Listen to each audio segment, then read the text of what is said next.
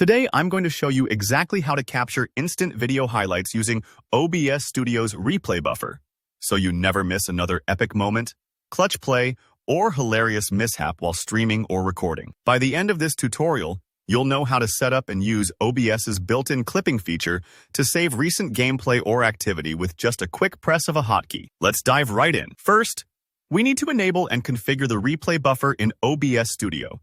So go ahead and open OBS and find the Settings button. It's that small gear icon tucked at the bottom right corner of your screen. Give that a click. Now, on the left side, select the Output tab. OBS offers both simple and advanced modes here. If you're in simple mode, make sure you can find the Enable Replay Buffer option. If not, switch to advanced from the Output mode dropdown. Now, go to the Replay Buffer tab. You'll see a checkbox for Enable Replay Buffer. Make sure that's checked. What you're actually doing here is telling OBS to keep a rolling record of your last few seconds or minutes of action, sort of like a time machine, letting you jump back whenever something cool happens. Next, set the maximum replay time. If you're not sure what to choose, 30 seconds is a great starting point. It's long enough to capture most highlights, but short enough that you're not saving a ton of unused footage. Think of it as temporarily storing the recent past, just in case you want to keep it. Below that, there's maximum memory usage. This ties directly into how much RAM your system has. OBS recommends at least 1024 MB or 1 GB for most use cases, so start there. It's plenty for a short replay buffer. If you've got more RAM and want longer clips, feel free to bump it up. When those settings look good, click Apply and OK to save your changes. One important detail, the replay buffer always uses the same quality and recording path settings as your normal recordings.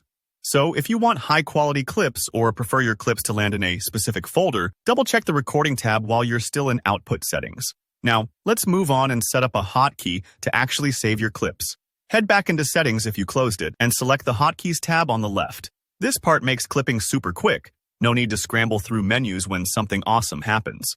Scroll down, or use the search to find Save Replay under the Replay Buffer section. Click the box next to it and press the key or key combo you want. Something easy to remember, like Ctrl plus F1. Then, click OK to save your new hotkey. Nearly there. Back in the main OBS window, look at your controls panel on the bottom right. You'll notice there's a button called Start Replay Buffer. Before you start your game or the activity you want to clip, make sure you click that button. OBS won't keep a replay buffer unless this is running. The hotkey won't work otherwise. If you're streaming, you can run the buffer alongside your broadcast with no problem. Now, all that's left is letting the buffer do its job. When a moment you want to save happens, a crazy boss fight, a teammate blunder, or an amazing highlight, just hit your Save Replay hotkey. OBS will instantly save the last 30 seconds, or whatever length you set, as a separate video file. It's automatic, no interruptions or delays. If you want to find your clips afterward, just go up to File at the top of OBS and click Show Recordings.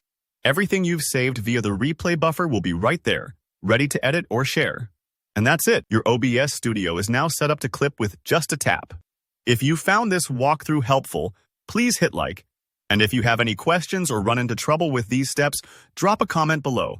I check the comments regularly and I'm happy to help. Don't forget to subscribe for more practical OBS and streaming tips. Thanks for watching and happy clipping.